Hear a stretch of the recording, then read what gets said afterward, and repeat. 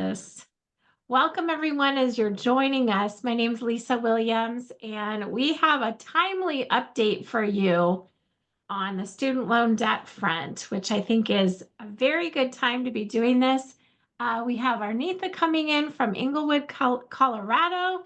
Where else is everybody zooming in from? It's always nice to see where people are zooming in from. I had someone zoom in from France the other day, and she had student loan debt in the US, but she was in France. So unfortunately, the debt follows you, right? Wherever you where you go, it doesn't, you can't escape it. So friends, as we're getting started, if you see anyone that you know was meant to be on this call has, we have a combination of people, just so you know. And I want to set a little frame for the conversation. This is going to be probably about 30-40 minutes. The goal in this call is twofold. One is if you might be here because you actually have student loan debt yourself. You may have been in deferment. You may have been, making small payments. You might be perhaps even, perhaps be in out of compliance right now. You might be in default. Whatever the case may be, we're going to be able to give you a lot of answers. We're going to have plenty of time for some Q&A for people. So you might be here to find out about student loan debt yourself. Now, you also might be here because you know people that have student loan debt, and you perhaps want to help us spread the good news about this program and actually be paid for those referrals. So we're going to start the conversation with my friend David, who is an absolute expert in this space, has been dealing in this space of debt arbitration for over, what is it now, David, 12 years, 14 years? How long Going has on it been going on now? 16. Okay, because I know I've worked with you for at least 7 now. So it's been, man, life goes by fast, doesn't it? Yeah. But as you're coming in, let us know where you're zooming in from. I'd like to know, put a 1 in the chat. We're going to be a little interactive. Put a 1 in the chat if you're here for your own debt. Put a 2 in the chat if you could, because you know people that have student loan debt, and maybe it's your own children. I spoke with a lady the other day. She had her own student loan debt. She also had 2 debts for her children. So you might be here because you have a child that you have a Parent Plus loan. But we'd love to know, what you're seeking in this conversation. And if you have actual questions, you already have questions ahead of the time, if you could also put those in the chat, we're going to make sure we get these answered for you. So friends, my name is Lisa Williams. I am a Kingdom Wealth strategist. It's my blessing to own my own practice within Powered by Valorum Solutions. And we are here to help families reimagine their American dream. We find that too many families are living paycheck to paycheck. They're burdened by debt. I sit down with families kneecap to kneecap every single day via Zoom. I don't do it in person as much anymore, but via Zoom. And one of the biggest problems that I see in our country right now, no matter how much these families have an intention to put a financial plan in place, the number one problem I see is that they never make enough money to actually do it. That's number one. The second problem I see is that they are burdened by debt. So even if they want to save, they are just absolutely burdened by debt. So that's one of the reasons I love so much my partnership with Student Optimum Services. The founder, David Kazarian, is on the line with us today. So we're going to just start with a quick little intro with David. I personally, as a broker, have been working with him for over 7 years now. He's helped many, many of my clients find relief from their student loan debt burden, which really enables them to free up money to actually put back in their own pocket so they can do the things that we all need to do, right? pay our grocery bill, get our rent paid, have that emergency fund built up. So it's an absolute blessing to work with you, David. Glad to see you. And why don't you just start, David, by sharing a little bit about your background, why it is that you do what you do, because I think that's a really important piece about why you're so passionate about helping families with their own debt burden. Absolutely. Thank you. Thank you for the introduction. Thank you everyone for being on the call. I was looking up and down the chat and I see we have folks from all over the country. I'm in California, so it's still light out. I know it's getting dark for some of you. And not planning on taking too much of your time this evening, but I am hoping to leave you all with some valuable information. Hopefully you can take away from this call, whether you're interested in for yourself, for your own student loans, or maybe you're a parent who has Parent Plus loans for your kids or know someone who has student loans. So hoping to leave you all with some valuable info. And then towards the end, we'll say, okay, if you're interested in scheduling a one-on-one consultation, you can reach out to Lisa. She'll get you on my radar.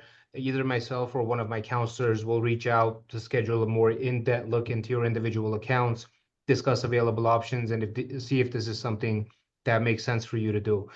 But like Lisa said, my name is David Kazarian. I am the president and founder of Student Optimum Services. Well, been in business for 16 years, service all 50 states, and currently servicing over 17,000 student loan borrowers all across the country. Our process is not debt settlement. This is not a refinance. This is not a bankruptcy. This is not going to affect your credit in any way, shape, or form. If your loans are currently affecting your credit in any way, whether you're late on a couple months worth or even have defaulted on your student loans, we'll be able to help with those also. So will not hurt you as far as credit goes. If it's already hurting you, we'll be able to get you out of that situation and get you back into good standing and hopefully on track for a big chunk of your loans to be forgiven. Obviously, the goal is full forgiveness. I started the company back in 2010 because I had some student loans of my own, about $30,000.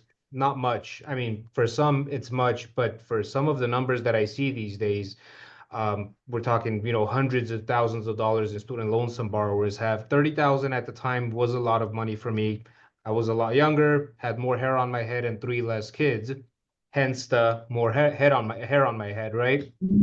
Um, but I wanted to be a dental hygienist. But before committing to dental hygiene school and maybe a couple $100,000 in student loans, I went and did a course at, I don't know if you guys remember, Everest College. They had campuses all across the country. They had programs like dental assisting, medical assistant, massage therapy, things like that, short 12-month courses. So I said, let me do dental assisting 12 months, take out this $30,000 student loan, see if I like working in a dental office before I go to hygiene school. Graduated Everest College, did my externship, realized I don't want to stand next to a dentist with a suction tube in my hand for 10 to 12 hours a day, sucking blood and bone, sorry for whoever's eating, but out of someone's mouth. Threw my degree in the closet. They really didn't really do much with it. What happened was about a year after I graduated, this is in 2008 when I went to school. A year after I graduated, every single Everest College campus nationwide, and we're talking maybe hundreds of campuses. Same thing with University of Phoenix, Argosy University, DeVry, right? You guys might remember these names. They were all forced to shut down their doors by the Department of Education for things like under-delivering education, overcharging students, not helping with job placement after graduation, and all kinds of nasty things. My campus was shut down. The reason was the education they had provided to their students for all of the programs was not sufficient enough for those students to be able to function in the workforce for whatever it is we went to school for. Point being, I can't be a dental assistant even if I wanted to, but I still have to pay back the $30,000 I borrowed. And that's when I said, okay, this isn't really fair. That's when I went and got licensed with the state of California as a debt arbitrator, started working with loan servicers, negotiating with them, figured out how to get rid of my own student loans, helping friends, family, folks I had went to school with, and out of a tragedy, something incredible happened. Again, now we're servicing over 17,000 clients nationwide. We have over $250 million on track to be forgiven for our clients. That's 250 million. And the reason I say on track to be forgiven and not actually forgiven, that'll all make sense as I explain a little bit deeper into how this actually works, because it's not going to happen overnight. If you work with me, you better be ready to be my best friend for a very, very long time. And I'll tell you exactly what I mean by that long time. And I promise I'm a really good friend, especially once you see what I'm going to be able to do for most He of is you. a very good friend. I can vouch for that. Thank you. What is it that I'm going to be able to do for the most of you that do have federal student loans? Um, 80% of my clients are going to qualify for full forgiveness. The 20% of my clients that don't qualify for full forgiveness of their federal student loans are going to qualify for at least 75% of their loans to be forgiven. So 80% of my clients qualify for full forgiveness. The 20 that don't, at least 75% of your loans will be on track to be forgiven. How do we do this? We do this by utilizing programs offered by the Department of Education. So these are not my programs. These are programs that have been there. They're available to all federal student loan borrowers. A big part of what we do for you, I'll tell you that you can do on your own. And as I'll touch on the process again and how this all actually works from beginning to end. I'll say, okay, this you can do on your own. This you can do on your own. This is where we come in. This is what we bring to the table, and that's why you would hire us for us to navigate these treacherous waters for you, right? Who qualifies? The ideal candidate. So three simple key points one will need to meet for not only for us to be able to help you, but for these programs to really make sense for you to do. The first one is your loans will need to be federal. There are two different types of loans out there. The first one is federal, second one is private. Like I said earlier, these are all programs offered by the federal government. They apply only to federal student loans. Unfortunately, I can't help you with the private loans if you have any of those. So first key point, loans need to be federal. Second key point, you'll need to be done with school. I can't do anything for you if you're still in school. Reason being is while you're in school, your student loans are in an in-school deferment. Think of that as kind of like they're frozen in time, where I'm not allowed to touch it, switch repayment plans, servicers, or anything like that. Plus, if you're currently in school and your loans are in a deferment, you're not really required to make any payments towards your loans during that time anyway. So really no sense of urgency for you to do anything. So loans need to be federal. You'll need to be done with school. And the third one, we like to say anything under $20,000 in outstanding debt is probably not going to be a good fit for you to do. Anything over $25,000 in outstanding federal student loan debt is pretty much going to be a no-brainer. Now, really quickly, I'd like to go and visit to the federal student aid site. I know some questions are piling up on the chat. I have my chat closed right now, but I promise we'll circle back to it towards the end. But I promise a lot of your questions will be answered in my little explanation that I'm about to go through. So before we get to the Department of Education's website, this is studentaid.gov. Anyone who has student loans is very familiar with this website. Before I jump into this, a couple myths I do want to address.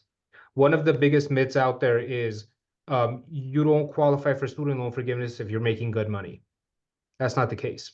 You can be taking home six figures and I can still get your loans fully forgiven. You can be taking home $250,000 and there's a very good chance I might still be able to get your loans fully forgiven. And again, as I explained, you'll see why I'm saying that.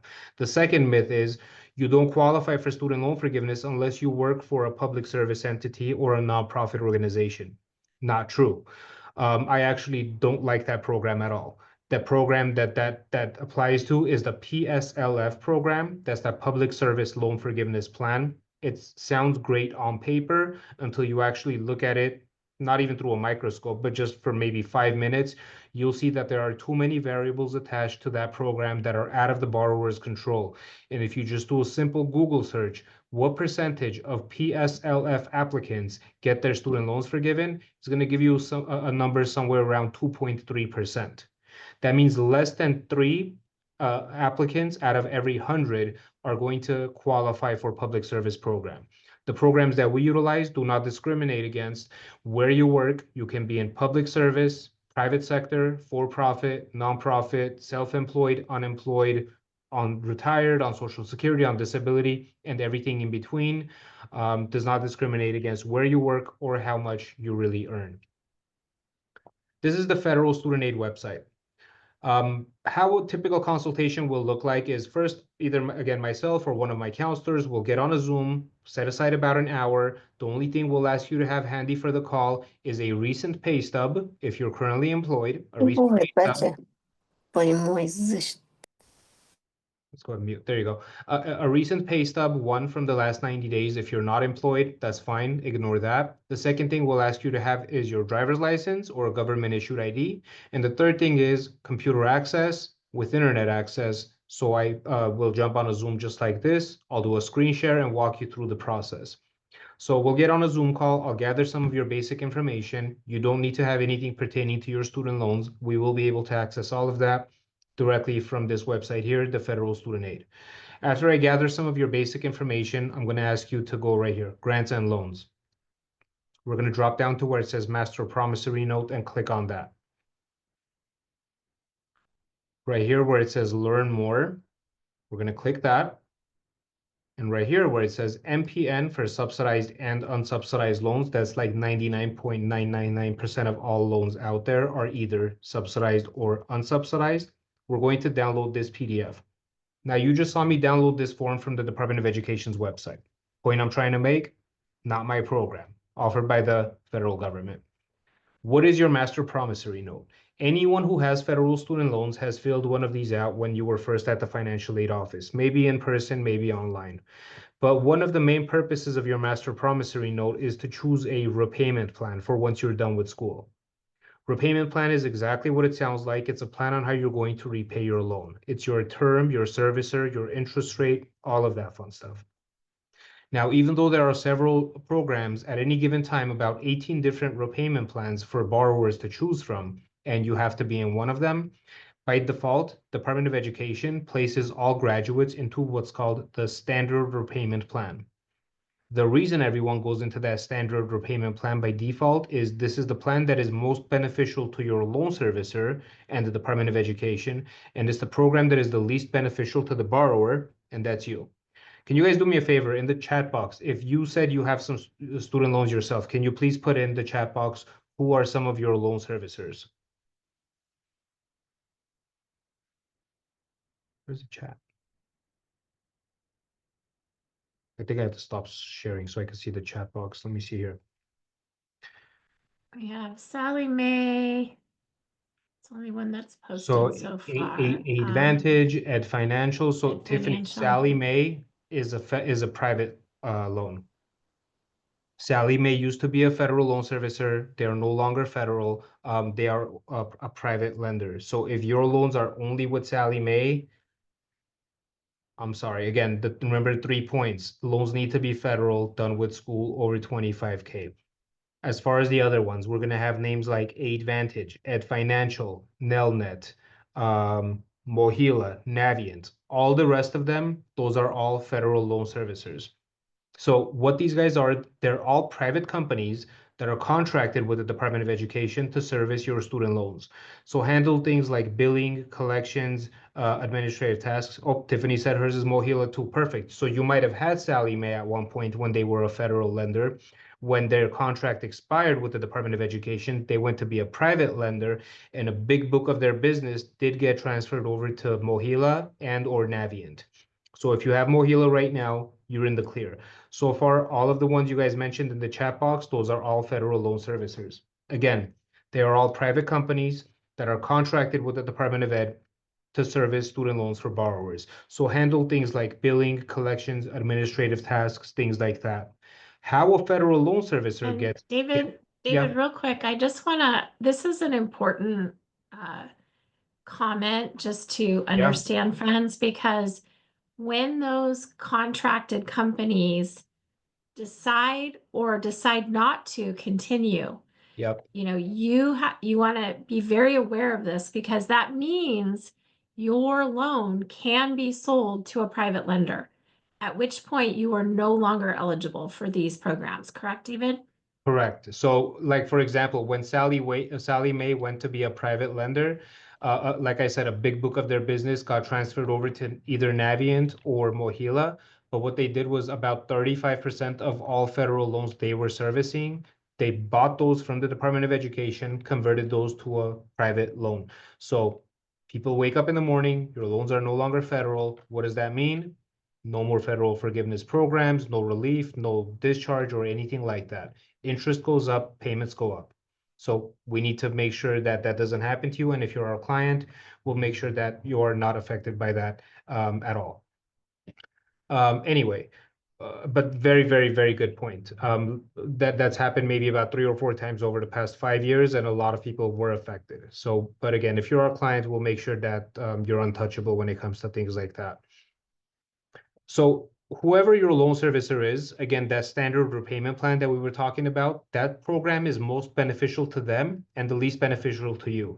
Because how a federal loan servicer, such as Mohila, Navient, Advantage, Ed Financial, all the ones you guys mentioned, how those guys make their money is off of the interest your loan compounds while they're in the process of servicing it.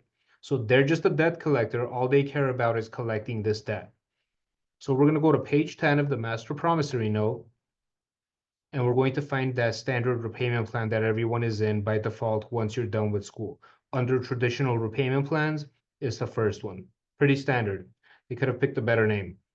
Under the standard repayment plan, you will make fixed monthly payments and repay your loan in full within 10 years, not including periods of deferment and forbearance from the day the loan enters repayment. Your payments must be at least $50 a month and will be more if necessary to repay the loan within the required time period. That's a lot of words, but in a nutshell, what they're saying is, to simplify, is they want you to pay back your loan in full over a set amount of time with a bunch of interest. What they don't tell you is, if at the time of graduation your loans are over just $15,000, this 10 years right here, it's going to look more like a 25 or a 30-year term. The average bachelor's degree in 2024 costs right around $45,000. That means 99% of borrowers with a bachelor's, I'm not even talking about a master's, are probably going to be in a 30-year program. So the bigger your loan is, the longer term they give you to pay it back. But the reason they do that is not because they're nice and they're giving us extra time. It's because if they give you 30 years instead of 10 years, that's an additional 20 years of interest they get to collect from us. That being said, if you owe a balance of, let's say, $45,000 right now on your student loans, by the time you're done paying back that $45,000 over 30 years with daily compounded interest, because student loans compound interest daily, not weekly, monthly, or annually, but daily. That's scary. That's highway robbery. By the time you're done paying back that $45,000 over 30 years with interest, you probably pay back maybe close to $100,000. And I'm not saying that to ruin your Monday. I'm telling you that because my goal for you would not be to see what we could do about your principal balance that you have right now, however much it is, but we need to get rid of your principal plus that compounded interest, that future compounded interest, because when you, keyword of the master promissory note is promissory.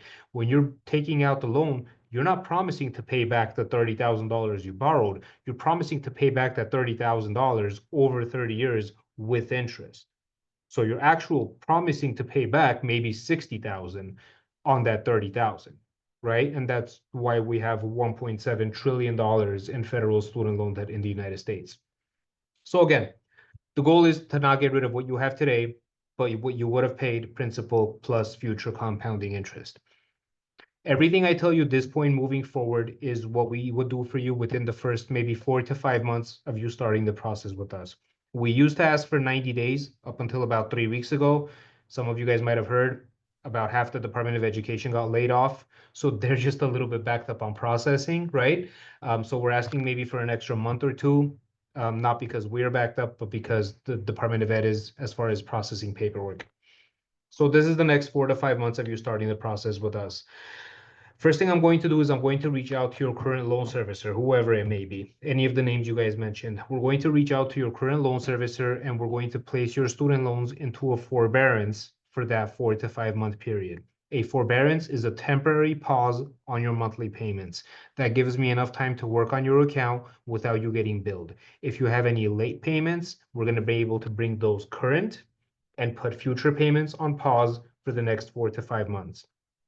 Once we have that forbearance in place, we're going to take the loans that you currently have with your loan servicer.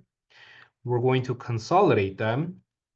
And I see someone had mentioned Advantage as their servicer in the chat box. We're going to take your loans. We're going to consolidate them. If you have anyone else other than Advantage as your federal loan servicer, we're going to bring you over to Advantage. So if you have Nelnet, Navient, Mohila, Ed Financial, Great Lakes, what are those? The Fed Loan Servicing, American Education Services, anyone else other than AidVantage, I'm going to bring you over to AidVantage. As you can see, this is an official website of the United States government. They are an official servicer with the federal student aid. The website is aidvantage.studentaid.gov. Point I'm trying to make, loans remain federal with the Department of Ed. Why am I bringing you over to AidVantage? I like working with them. I like working with them because they love working with me. They love working with me because I give them about $4 million worth of student loans every single month from other servicers. What does that mean? We're going to pretend that, let's say Donis has about $50,000 in student loans and her current servicer is Mohila. I'm going to take over that $50,000 loan away from Mohila, put it on a silver platter, hand it over to AidVantage. This is money AidVantage otherwise wouldn't have. Who doesn't like free money? That gives me negotiating power when I sit down to talk about her account. Once I have her loans over to AidVantage, we're going to take her out of the standard repayment plan that she's currently in. Or maybe she's in a different repayment plan. We're going to get her out of it. We're going to go to page 11, and we're going to get her into this program instead, the pay as you earn repayment plan. The pay as you earn is a type of income driven repayment plan. It's one of 4 income driven repayment plans, but it's my favorite, and that's why 90% of my clients will go into this plan. Why do I like the pay as you earn plan? This paragraph right here. I'm going to read it twice. I'll break it down the second time. Under the pay as you earn plan, if your loan is not repaid in full after you have made the equivalent of 20 years of qualifying monthly payments over a period of at least 20 years, any remaining loan amount will be forgiven. Let's see what they're actually saying to us here. Under the pay as you earn plan, if your loan is not repaid in full after you've made the equivalent of 20 years, 20 years is 240 months. They want you to make 240 months worth of qualifying monthly payments. A qualifying monthly payment is your monthly minimum payment towards your loans. That's what you're qualified to make. So whatever you pay over the next 20 years towards your loan will count towards the loan. Whatever you do not pay will be your remaining balance. At the end of year 20, that remaining loan amount gets forgiven. Everything up until this point, you can do on your own. You can get yourself into a forbearance. That's when you put your payments on pause temporarily. You can consolidate your own loan. You can switch servicers from one to the other. You can get yourself into this program. You can get off the Zoom with us today, call your loan servicer, tell them I like to go into the pay as you earn plan. Whoever your servicer is, doesn't matter. They'll send you the forms, you'll fill it out, send it in. They'll have you in the program in about 3 months. You want to know what's going to happen if you were to do this on your own, get yourself into this plan? Your payments would actually go up.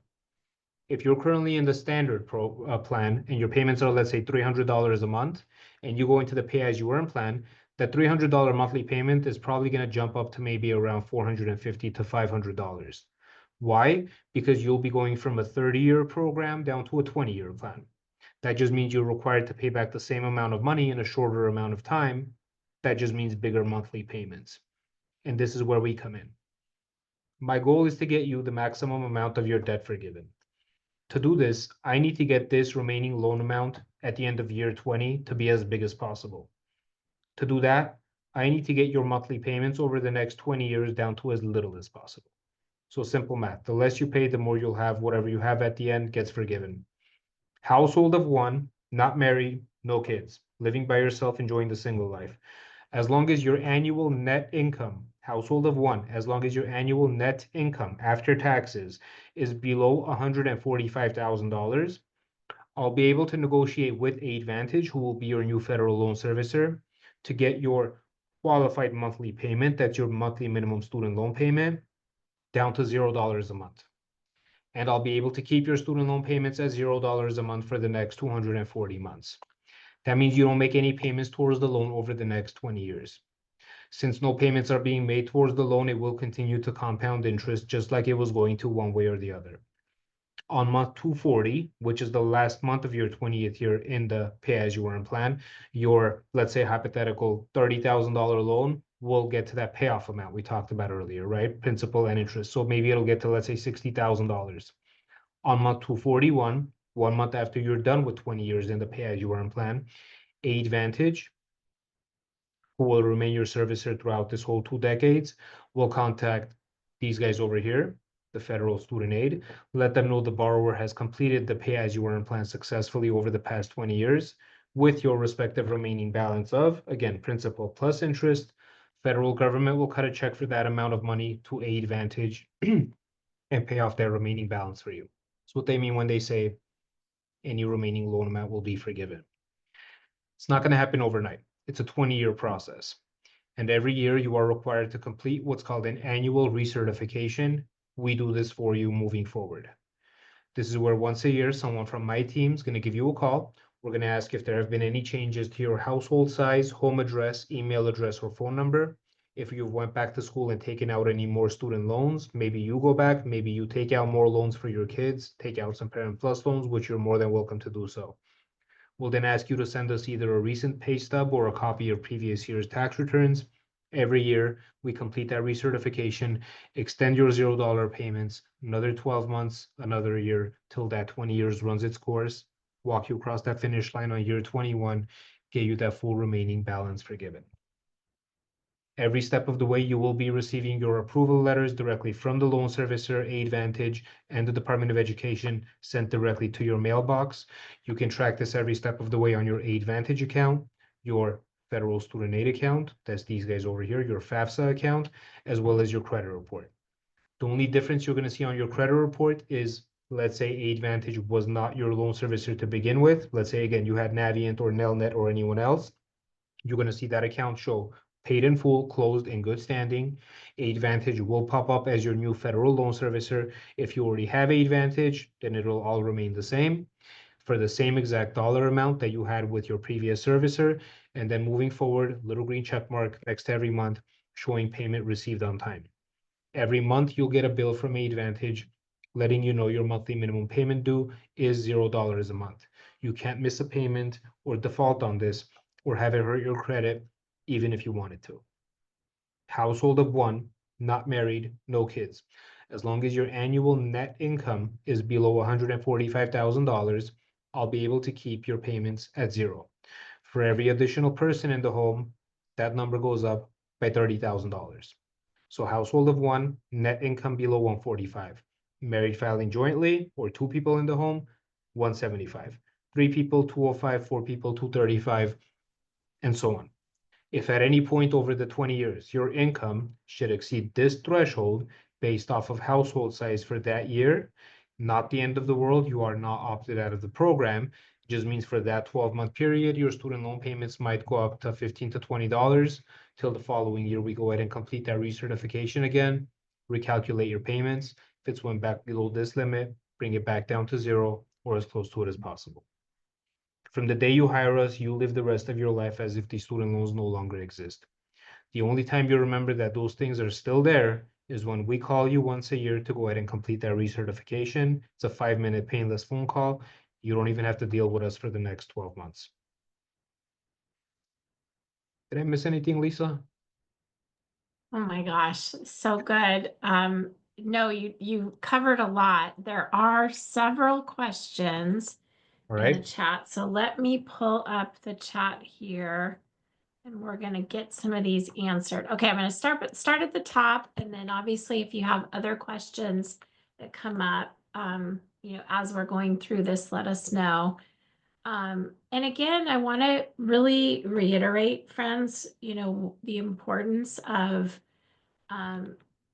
understanding what debt you have. This is the main goal that we have in providing this workshop to you, is no one cares about your money more than you do. At least I hope they don't, and we want to make sure we provide you timely updates on what's going on. So let's look at, so far, David, we've talked about this debt relief program must be federal debt. You must be completed with school. It's really most suitable for people that have 25,000 or more in federal student loan debt. Right. And you went over some of the myths around the qualifications and things like that. So I have a question from Macy.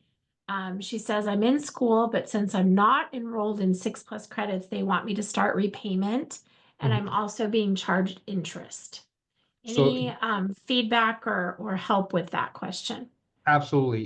Definitely worth looking into your account because you are not a full-time student. The loans are not in in-school deferment, and if they're requesting payments from you, we should definitely look at it. And if you do need to take out more student loans while you're still in school, again, this will not prevent you from doing that. So we can go ahead Okay. and look at the account and get started on things so they're not billing you while you're in school. Wonderful. And friends, by the way, I know we're getting to the top of that hour. If you need to jump off the call, it's important that I'm going to put the link in the chat. The first step is really just scheduling time to see if you scheduling time with our team to see if you qualify and if we can help you. One of the things that David and his team do, which I think is really great, is the first step is really just bringing up your loans with you. They verify that it's and you can see your loans. I can't tell you how many times I've gotten on a call with a client and it's been so long, they actually have no idea what they owe or, how much, who it's with, things like that. So just that knowledge alone is really helpful. Um, Deanna says, I'm already in the program. However, they may be forgiving student loan debt if people to participate in the deferred resignation program. This is Dana is a federal she's with the VA. David, do you have any insight into that at all? I honestly, I have no idea what the deferred resignation program is. Can you maybe tell me what that is a Dana, little? are you able to unmute? So basically, David, the offering, it's like a time buyout. If you are eligible, if you just want to resign and exit the federal service, you're offering, time. So basically, you're gonna go on administrative leave, you don't have to go back to work, you resign at the end of September. There's a few people that are doing kind of retirement with that package. We're also doing voluntary early retirement, and that's what I'm taking. But Got when it. I was looking at the agreement, it's encrypted, so I can't send it to anybody. But there's a subsection in there that states that they're like considering that they're going to waive. And that includes student loan, relocation incentive. So again, they suggested that I reach out to the Department of Education and find out more, but since I'm with the program, I don't know who my point of contact is now. And to kind of get more information. I would definitely say you and I, that is a little bit that's obviously not, not everyone's case. So I would Mhm. definitely like to talk to you about that. I'm sending you a message here in the chat Perfect. box. I'm putting my email address. Okay. This will be great for Dana too, especially David, because she's one of our agents and Right. she has a lot of friends that are also, going to be Yes. impacted as well. Absolutely. Yeah. Mhm. Dana, I just sent you my email address. Go ahead and email me. We'll set up a time where we can get on a call. Your voice was a little blurred as well, so I didn't really wasn't able to make out everything you said. But go ahead No, and um, apologies. no, you're good. Send me an email, and then we'll get on a call, and I'll see if it's something we can help with. Wonderful. Thank you so Um, much. My pleasure. Of thanks, David, on that one. course. There was a question from June. Her son has Ed Financial. There was a little confusion about which ones are federal and which ones aren't. Ed Can Financial you? is federal. It is. Okay. Yes. Okay, Yeah. super. So far, everyone Wonderful. that put any servicer in the chat box, they're all federal. Advantage, Ed Financial, Nelnet, Mohila, those are all federal. I saw someone said their loan servicer used to be Great Lakes and it got transferred over to Nelnet. So Nelnet was the parent company of Great Lakes. When Great Lakes lost their contract with the Department of Ed, their loans just went over to Nelnet, but they're both pretty terrible. So I don't blame you for not Yeah. being happy with Nelnet. Well, and you're right, Dana, it is sneaky. And you're right, Yeah. Don. This happens quite commonly actually in borrowers that have mortgages. So, this is just an example. Your loans get sold all the time, by the way, in whatever mechanism you're in, whether it's a mortgage or consumer debt, credit card debt, student loan debt, you know. So this, you're right. Doesn't it make sense to have clarity about what you have? Whether this Yeah. program is suitable for you or not, doesn't it make sense to have clarity, right? Absolutely. So yeah, right here you'll see that Great Lakes, Nelnet actually acquired Great Lakes back in 2018, and then in 2022, a lot of their loans did get transferred from Great Lakes to Nelnet, and it's that expected to go through until June 2023, but that was about almost 2 years ago. So Great Lakes has been gone for about 2 years, and Nelnet did take over their book of business. So I know it's a huge headache when one day you're working with someone and then next week you don't even know who to make a payment to, right? Yeah.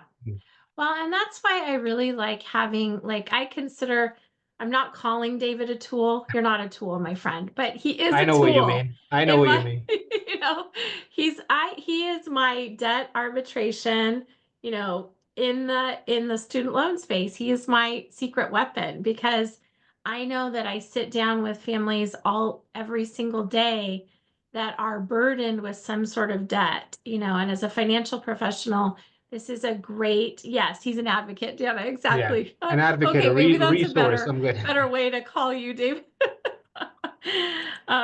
So a couple more questions here. So Arnitha has a good question. She mentioned that she is and I think you already talked about this, but let's get clarity on this. What about income-based repayment plans in deferment right now? It sounds like I'll just let you open Sure. that question. If you need more clarity, we can go No, deeper. I think we're good. But if I don't go over it, please clarify for me. But I think I got your question. Sorry, So that was Michelle. Michelle. Yeah, and we'll gotcha. keep going. Yep. So the income-based repayment plan, that's we just read the pay as you earn. Okay. Right below, remember when I said there are four income-driven repayment plans? The pay as you earn is Yep. one of them. The income-based is another. It's right below the pay as you earn. Why do I like the pay as you earn better than the income-based? One simple reason. Let me read this. Under the income-based repayment plan, if your loan is not repaid in full, after you've made the equivalent of 25 years of qualifying monthly payments over a period of at least 25 years, any remaining loan amount will be forgiven. Essentially the same thing, except with the income-based, that's just 5 years you need to wait longer, 5 longer years I need to work on your account, where the pay-as-you-earn is 20 years. Only reason why I prefer the pay-as-you-earn better than the income-based. If your loans are currently Okay. in a deferment, first of all, why are they in a deferment? Did you request a deferment or are you in an in-school deferment? If you requested the deferment, maybe financial hardship or whatever the case is, we would get you out of a deferment, instead get you into a forbearance. The difference between the two is both of them are a temporary hold on monthly payments. Just with a forbearance, while it's in a forbearance, you're able to do everything else. Transfer servicers, switch repayment plans, consolidate the loan, and do all of that. While it's in a deferment, again, might as well be like an in-school deferment. Remember when I said they're kind of frozen in time, you can't touch it or anything like that. So if you're currently in a deferment, we'll get you out of deferment and get you into a forbearance instead. Probably get you out of the income based, get you into the pay as you earn to save 5 years, and then everything else will just run the same. And I Okay. hope that answered the Okay. question. Yeah, I think so. Okay, another question. I think I owe 110,000 and have one bachelor's degree. Now, this isn't a question, but I want to make a comment about this. Um, I guess a couple of things come up.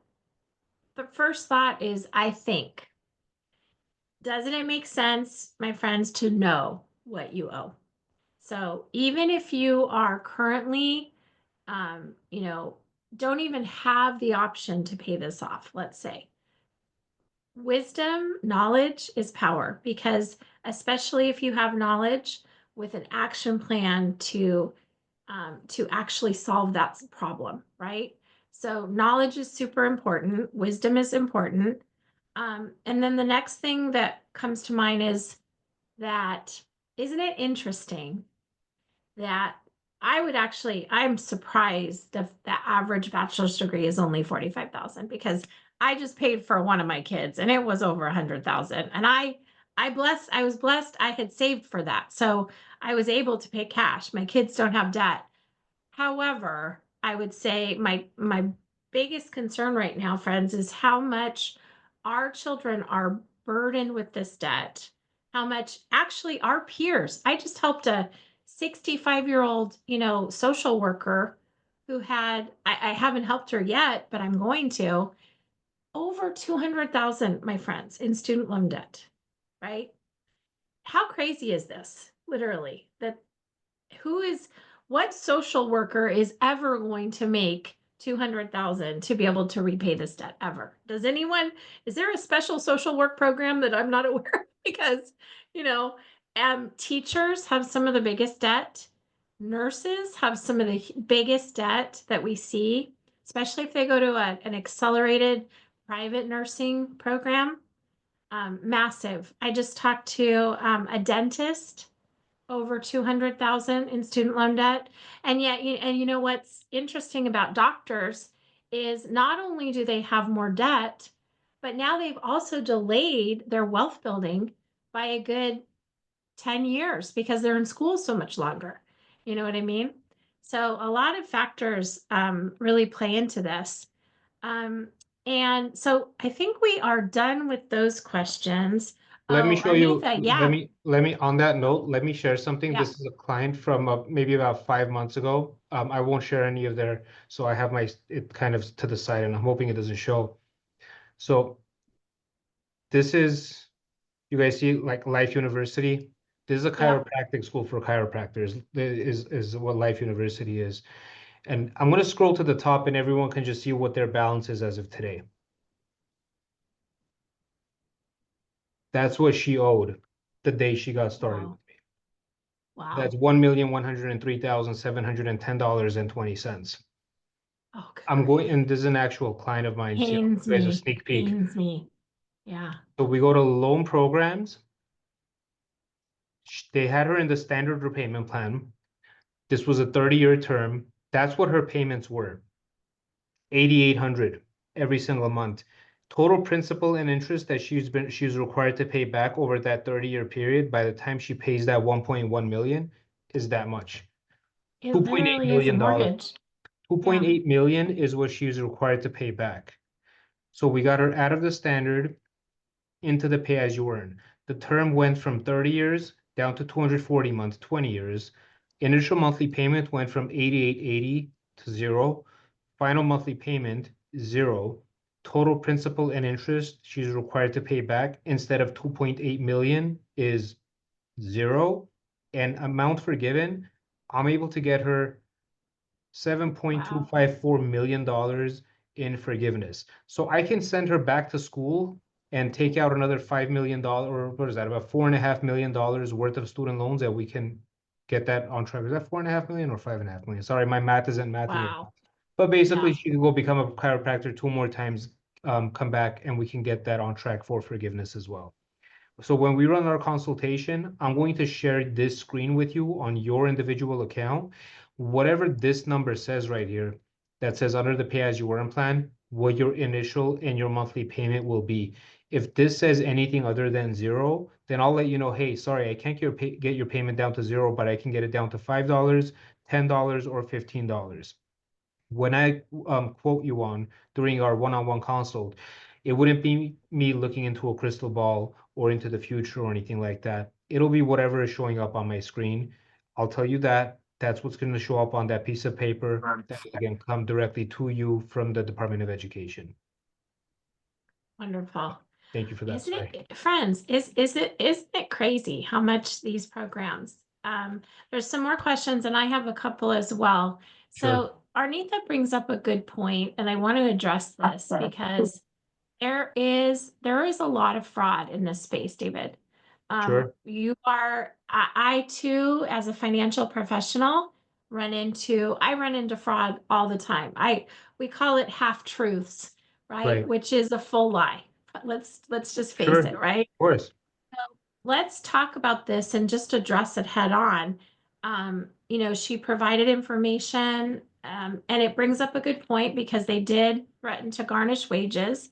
So there can be some threats, friends, that are not valid, right? Would you agree, David? There's people use tactics all the time to try to convince people, but there's something very important going on right now on Yeah, the student loan front where this is very valid. So can right. you address that wage garnishment topic? Absolutely.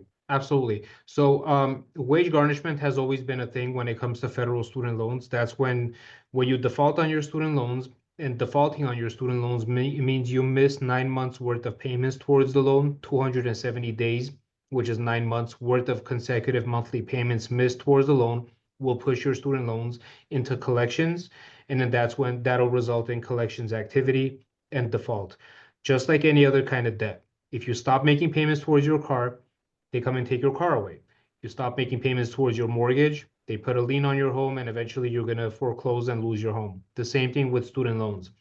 So, wage garnishment, tax refund garnishment, and Social Security benefits garnishment is nothing new.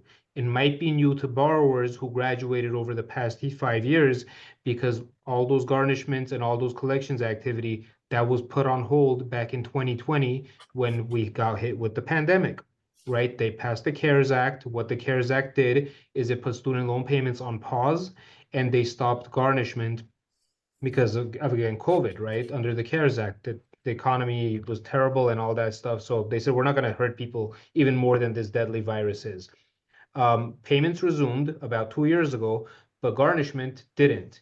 It is resuming May 5th. May 5th, seeing what is that, next Monday, is if you currently are in default status on your student loans and in collections, they will contact your employer, force your employer to hold up to 25% of each paycheck. You get paid weekly, bi-weekly, or whatever, monthly, whatever it is, 25% of each paycheck, put it towards your student loans. They will garnish your tax refund, they will garnish your social security and put it towards your student loans until you pay back every penny that you borrowed with interest. We can get you out of default, out of garnishment, into good standing, on track for forgiveness. But we need to act quick. Obviously, I'm not just saying that to build any unnecessary urgency. This is all over the news. May 5th is when collections activity begins for defaulted student loan borrowers. Yeah, Perfect. Perfect. it's A scary. couple of really important questions. Friends, this is, and this is why I love having my advocate in my toolbox. That's a nicer way to put it, right? Is because there are updates to this industry all of the time. I can't possibly be, as a financial representative, I can't be an expert in all the areas that we help families, right?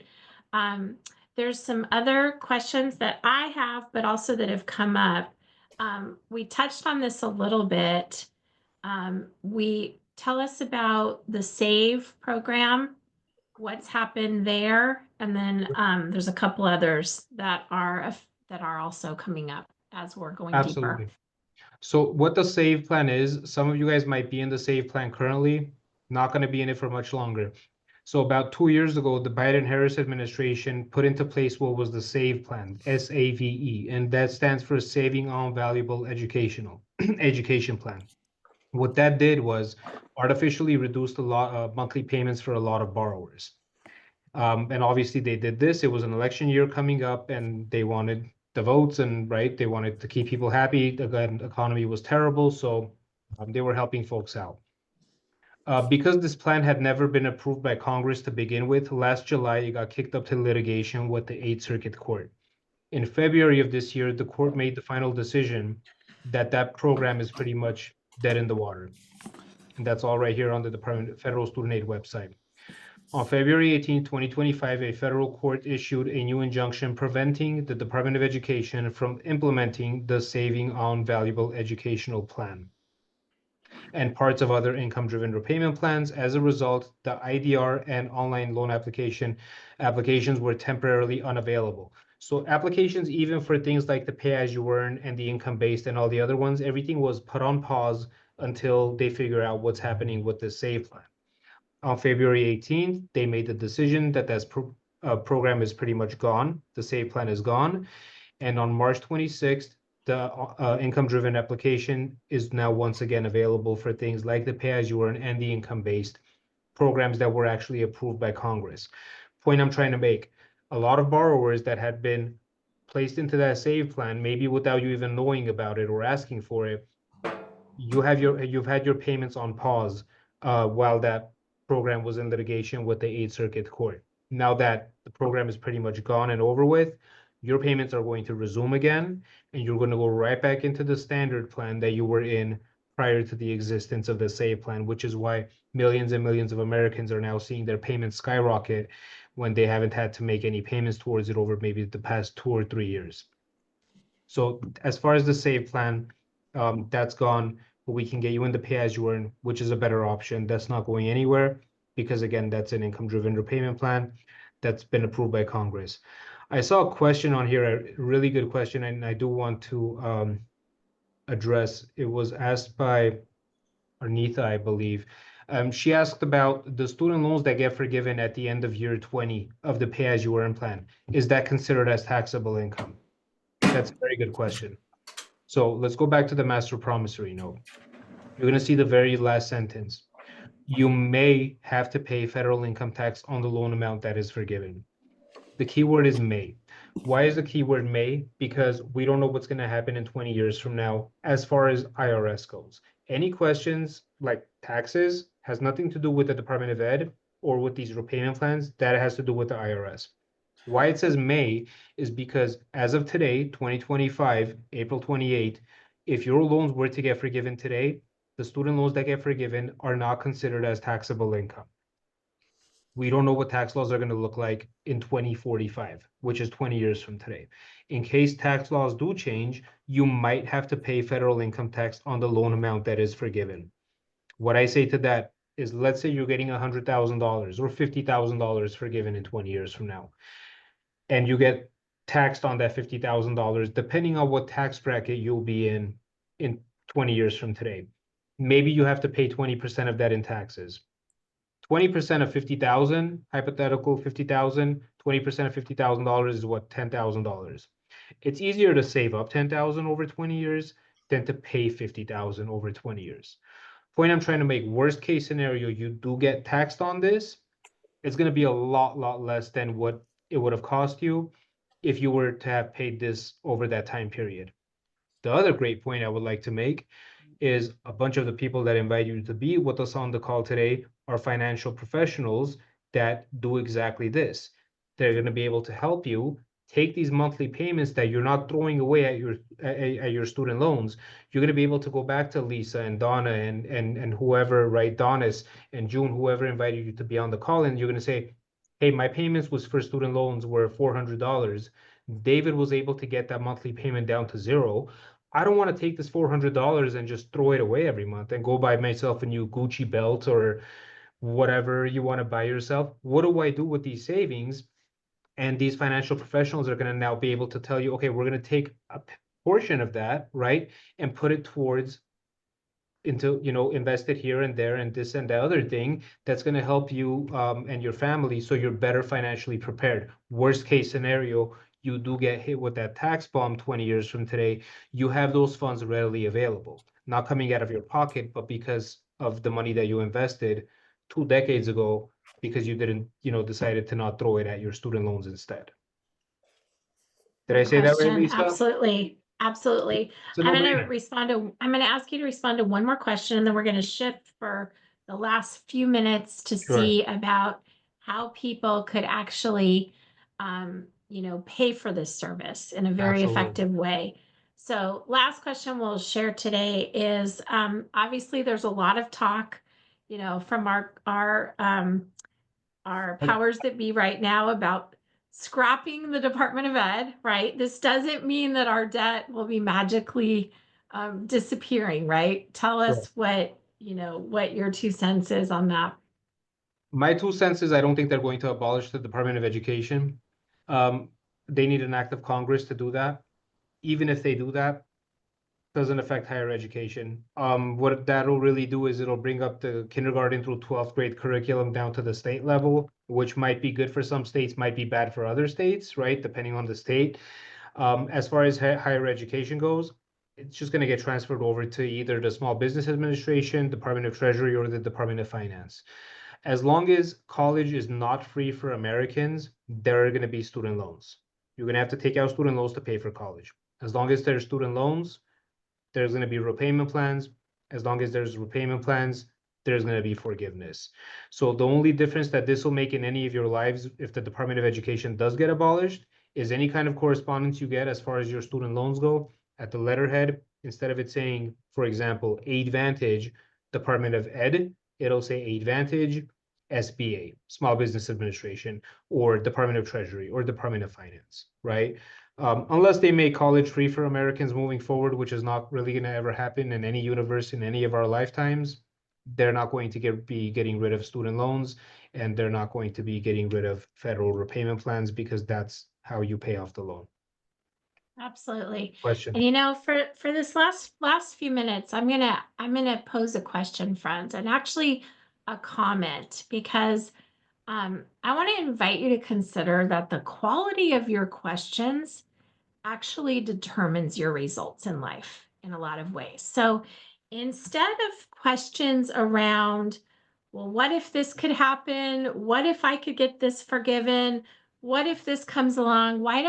Doesn't it make sense to ask questions like, what can I do to create more income in my life so that these types of questions are not needed? So how would you like to find out how eh, there was a question, how do you charge for your service, David? Well, certainly there is a charge. You know, David did not start his company as a nonprofit. He has his family to feed, and it's based on the amount of debt you have.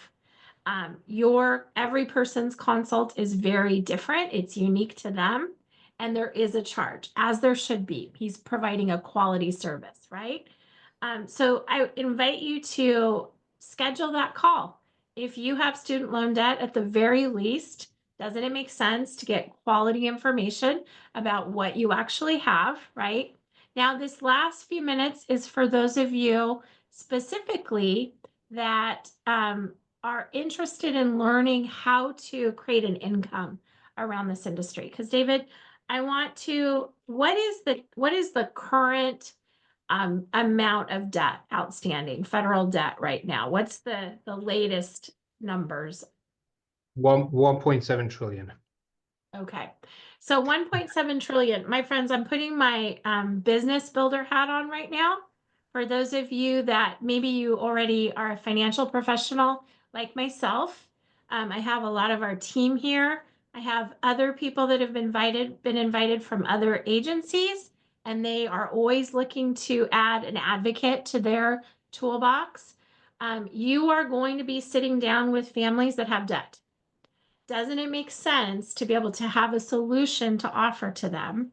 Now, if you are not a financial professional right now, if you are either someone that is looking into their own debt, my friends, go out on Facebook right now and ask a question. Hey, I just attended a student loan debt forgiveness workshop. Who else is wondering about this topic right now? You will probably get at least 10 responses, right? If you have any friends on Facebook, whether you know if they have debt or not, personally, I can promise you that they do. Okay. So if you are in a position where income is needed, what would an extra $600 a month do for your bottom line in your household? Because that is what is paid to you if a client that you recommend to David is helped. Okay. $600 a month. What would that do for the average American family, right? That would take care of the expensive car payment in California that they have, right? That would, for some families, that would be half their mortgage payment, right? It certainly would be a viable side gig. What family couldn't use an extra income right now as our economy continues to go crazy and inflation continues to rise? And um, David, I want to just touch on this briefly because your marketing structure is very robust and it's worked very well for decades. And that is, you know, friends that we don't know. And because David is saving on funnels and marketing and Facebook marketing, he does it through relationship marketing, which is exactly what this is, right? Because he doesn't have to spend his dollars on those funnels, he's able to provide those referrals to us. So David, do you want to touch on that a little bit? Add anything that you think we should be aware of? Absolutely. So if you would like to become a referral partner with us, that 99% of my business is sent to us by referrals. Someone who's either sees the value in what we provide as a client of ours or knows someone who is, and now they have a bunch of people they like to send over to us. You can go ahead and get it set up with us as a referral partner. I'll put a YouTube link in the chat box here that you can watch later if you like. Once we get off the call, it'll walk you through the process on how to get set up. And second, if you have any questions, I would ask that Lisa, that probably best is to reach out to you, right? Because I would like them to select your team. So I just put that link in the YouTube of the YouTube video. So if you click on that link, it'll take you to a YouTube video. It'll walk you through on how to get set up with us as a referral partner. When you're registering your account, it literally takes you about 10 seconds to do so. And here, I'll show you guys how easy it is. First, it's going to ask you to visit our website. It's going to look something like this. From here, you're going to top right-hand corner where it says Agent Login. You'll click Agent Login, and you go ahead and hit Create Account. Over here, I'd just like you to put in your first and last name, your email address, your phone number, and then create a password, something easy to remember. On the right-hand side over here, this is the fun part. You're going to either put in your Venmo, your Zelle, or your Cash App.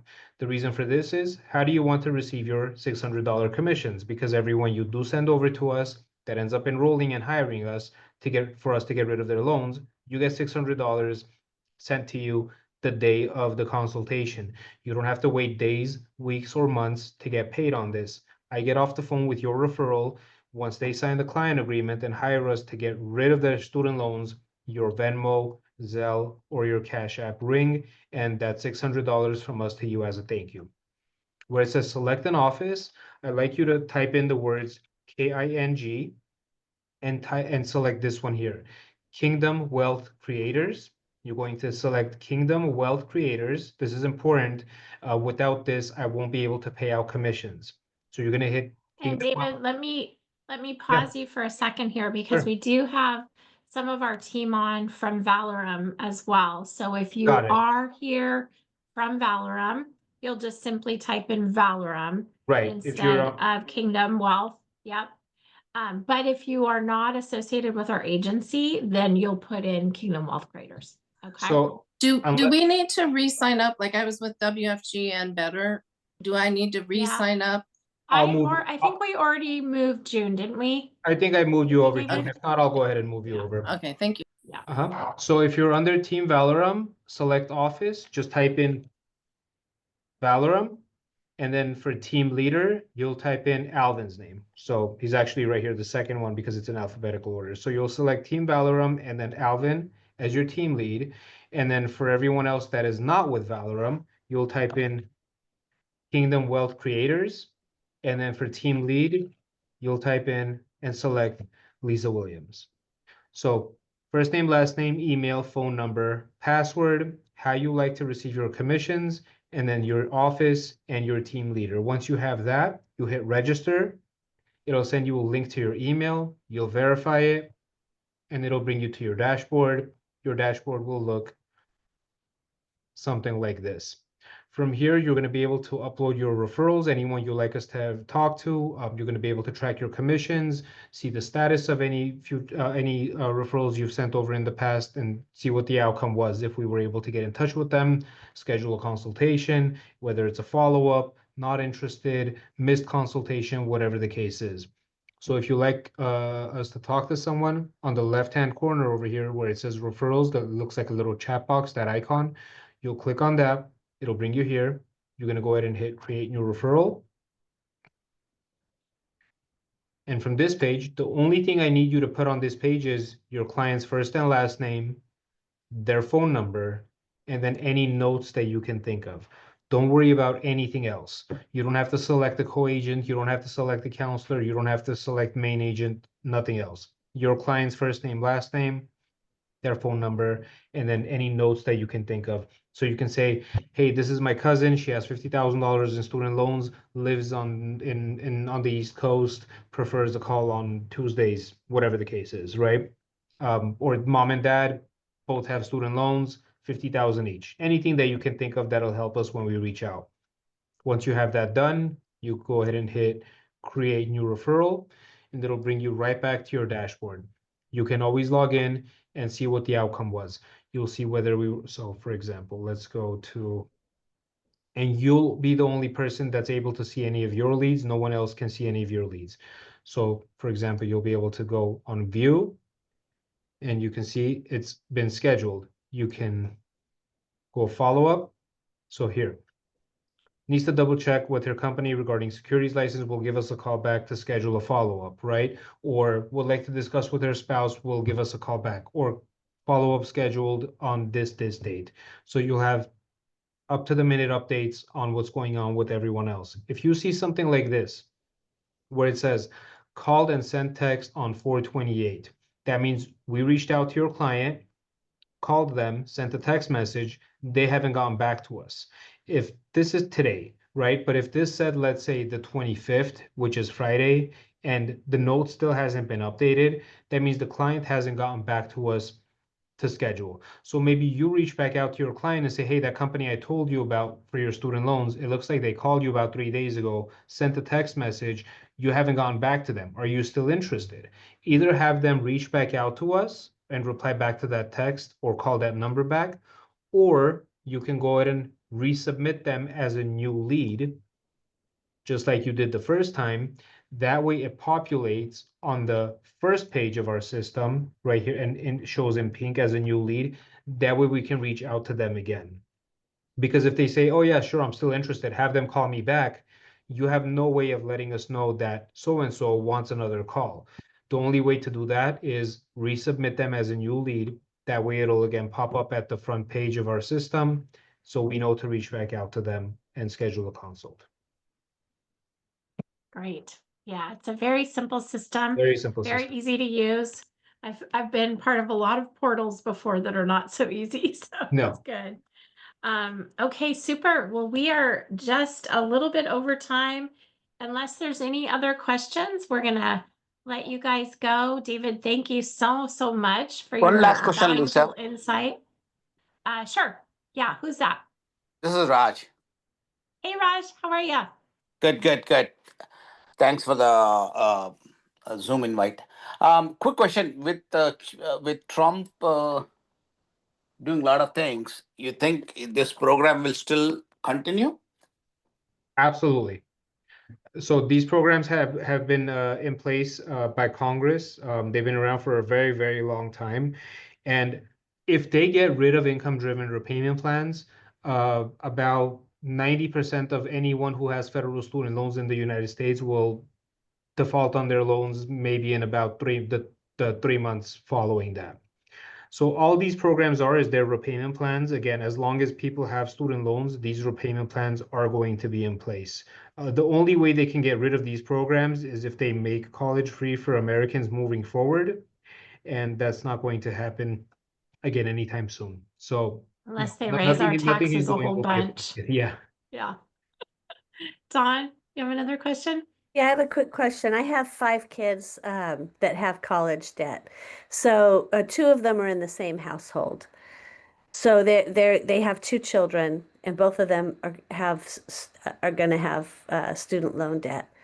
So one just finished her degree, and my son is still finishing his.